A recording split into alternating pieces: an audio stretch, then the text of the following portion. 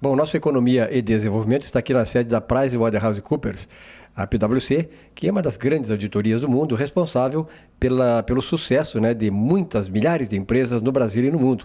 Porque uma auditoria é um instrumento fundamental para que as empresas possam ser bem saneadas, atuar de maneira saudável e contribuir para o desenvolvimento das suas comunidades. No caso aqui do Rio Grande do Sul, a Price atua aqui também em todo o Brasil, né, as empresas gaúchas e as empresas do sul do Brasil, compreendendo Paraná, Santa Catarina e Rio Grande do Sul.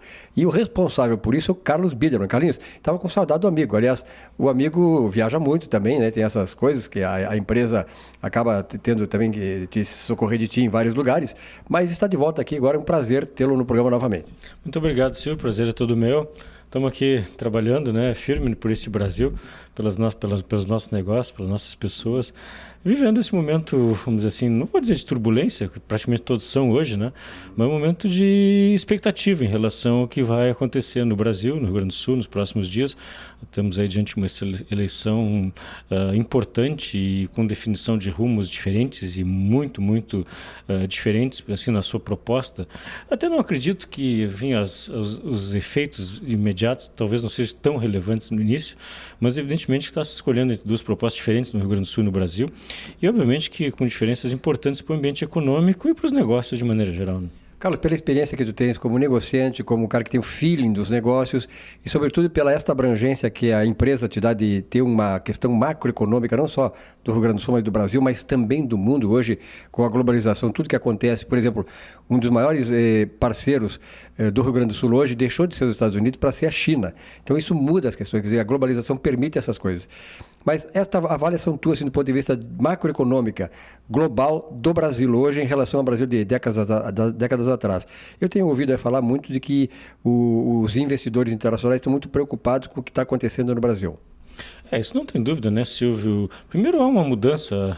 Nós aqui na firma estamos trabalhando com 5 mega tendências globais e uma delas é a mudança do poder econômico, justamente migrando do leste para o oeste, ou seja, os países, especialmente asiáticos, adquirindo uma importância no mundo econômico muito maior do que já tiveram, né? Então, isso evidentemente que é uma mudança do processo mundial. Agora tem a recuperação dos Estados Unidos, que vive um momento, não vou dizer de euforia, mas de retomada de crescimento extremamente importante. O mercado americano, eu vim de lá agora 2 semanas, conversando com o pessoal lá da firma, lá, especialmente no sul dos Estados Unidos, eles estão absolutamente demandados, não tem gente, eles estão à busca de pessoas.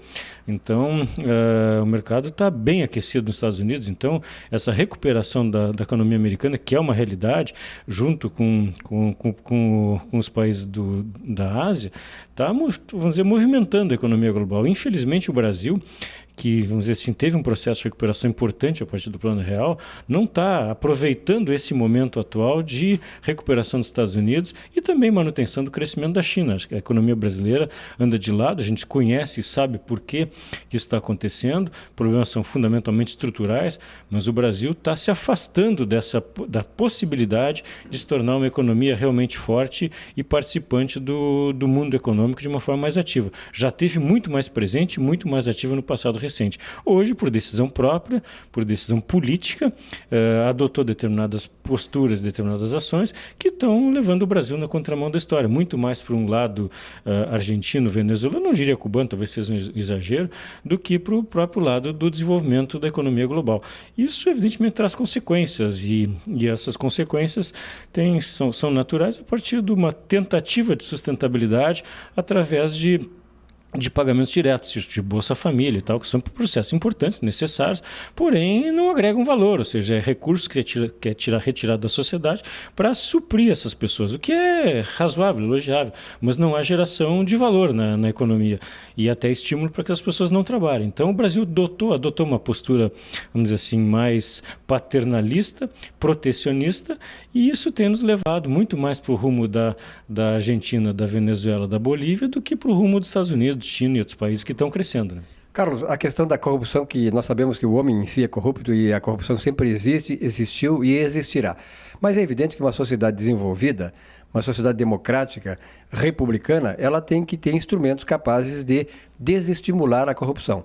O Brasil atingiu um nível de corrupção jamais visto, quer dizer, para usar um termo de um ex-presidente, nunca houve antes nesse país um nível de corrupção como o atual. do próprio partido do ex-presidente, que cita muito isso. Eu te pergunto o seguinte: até que ponto o nível de corrupção no país afasta investidores e coloca restrições do ponto de vista de um ponto de atração do Brasil para investimentos estrangeiros? Isso a tua pergunta já é uma resposta, né, Silvio? Então, todo o ambiente político e econômico brasileiro permeado por assuntos, por denúncias e por fatos efetivamente comprovados, como o mensalão, evidentemente que afastam os investidores.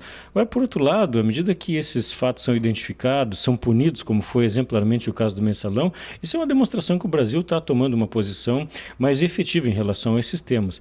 Me preocupa, vamos dizer assim, o recrudescimento desses fatos quando há uma interferência política no Supremo Tribunal Federal, o que pode e certamente levará a uma redução da punibilidade desses crimes. Então, em havendo a percepção da impunidade em relação a esses crimes, isso sim afasta o investidor. Então, acho que, por outro lado, nós vivemos um grande Big Brother no nosso dia a dia, das empresas, das pessoas. Então, a possibilidade de perceber, identificar e captar esses temas hoje é muito maior que era no passado. Então, isso torna mais transparentes as coisas. Então, acho que isso também é um fator importante. Agora, eu vejo um lado mais positivo nesse aspecto, Silvio, que é o lado das empresas. Eu vejo as empresas extremamente preocupadas com esse tema, adotando políticas muito, muito rigorosas em relação a esses temas, não só na questão de corrupção, mas também na questão de fraudes internas, muitas vezes coisas que a gente até nem dizia que era fraude no passado, e fraude não é apenas a subversão de ativos, quer dizer, roubar alguma coisa, um dinheiro, uma coisa e tal, mas muito mais alguma vantagem, algum benefício que se aufira no processo. Então, as empresas estão preocupadas, estão criando códigos de condutas, estão criando processos punitivos extremamente importantes para evitar que isso aconteça. E a própria lei contra a lavagem de dinheiro é uma lei importante nesse aspecto.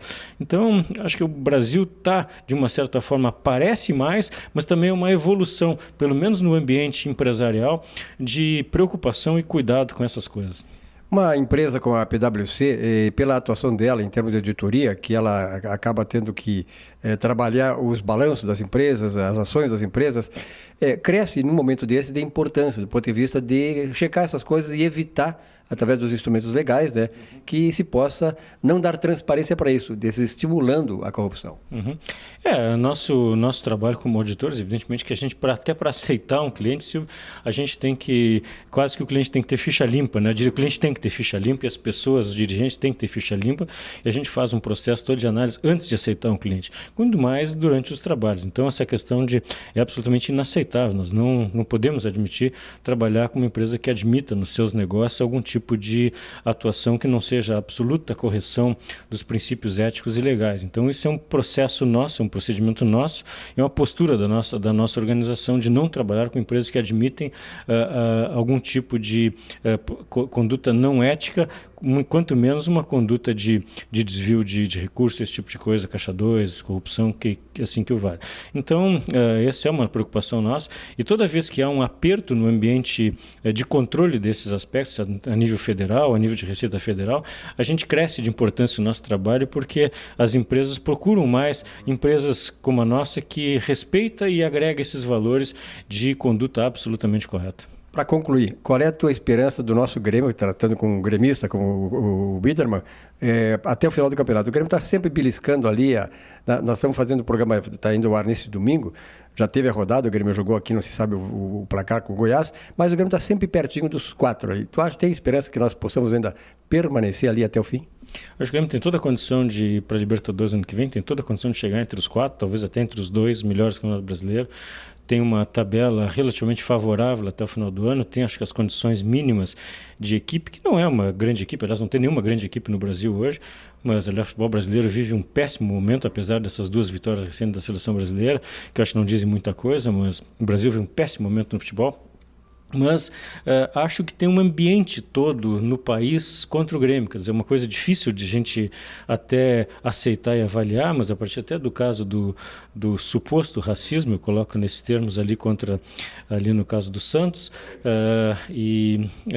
essa expulsão recente do Barcos, eu acho que tem todo um ambiente, que o jogo com São Paulo, então tem todo um ambiente contra Grêmio, eu acho que isso está na cabeça das pessoas, está na cabeça dos juízes de futebol, isso tem, se deliberadamente ou não, mas tem afetado, vamos dizer assim, diretamente o resultado de campo do Grêmio. Então, acho que o Grêmio vai, além de ter, vamos dizer assim, que ter um desempenho satisfatório e equilibrado para conseguir chegar à Libertadores, ele tem esse componente, essa dificuldade adicional, que é um ambiente, vamos dizer assim, no futebol desfavorável ao Grêmio no momento. Carlos Bitterman, muito obrigado pela entrevista. Como se vê, uma entrevista de alguém que conhece o métier onde ele está e realmente trazendo alguma esperança para nós, mesmo neste Brasil, que é praticamente um país muito atrapalhado nas suas questões mais importantes. Um grande abraço e até a próxima. Muito obrigado, Silvio, eu que agradeço. É um prazer estar sempre falando contigo.